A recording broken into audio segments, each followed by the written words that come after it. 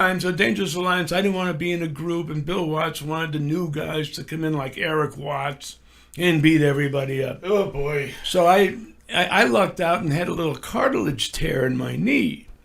So I went, time out. And the company was great. TBS, they paid for it. So I got a little knee surgery and knee cleaning. I never had a serious injury. Okay. I had some knee stuff, but it was just little cartilage tears. I never blew anything. Okay.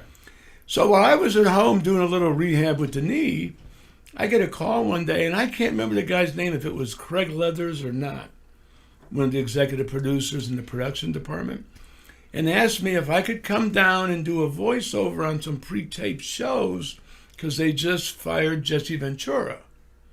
And Jesse was gone. And those are big shoes to fill, right? Yeah, Jesse was incredible. he was a big name, Jesse, with that stuff. So I went, well, okay, I'll come down. They were paying me to sit home in rehab, so I felt guilty. Mm-hmm. And this was the time when they were starting to give away money like candy. So I went down, and I voiced over a few shows that they had pre-taped, not thinking about anything. And the producer runs in, could have been Craig, if I think. He said, Larry, you're the greatest color man I've ever heard. We want to give you a job. We want you to do the color. I said, what? And they probably already knew more shows were coming that I didn't even know about yet. And at first, you'd think, whoa. At first I went, color man? What?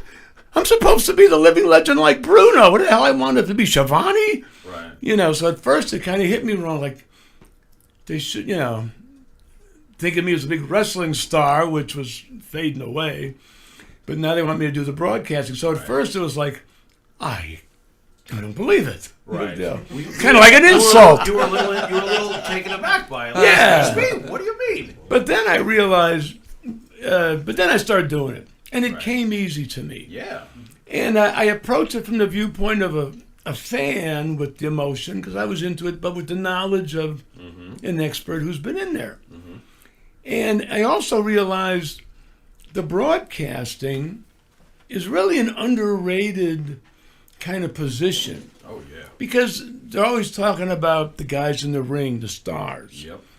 And I was telling some of even the newer broadcasters starting off, giving them some points, but the broadcaster's job is really a very important job because they bring everything to life, all the hard work, the production, the injuries, the action. If the announcers aren't with it, they can be just as critical as the match magic itself. Yeah, so the announcing is really an important job, and I was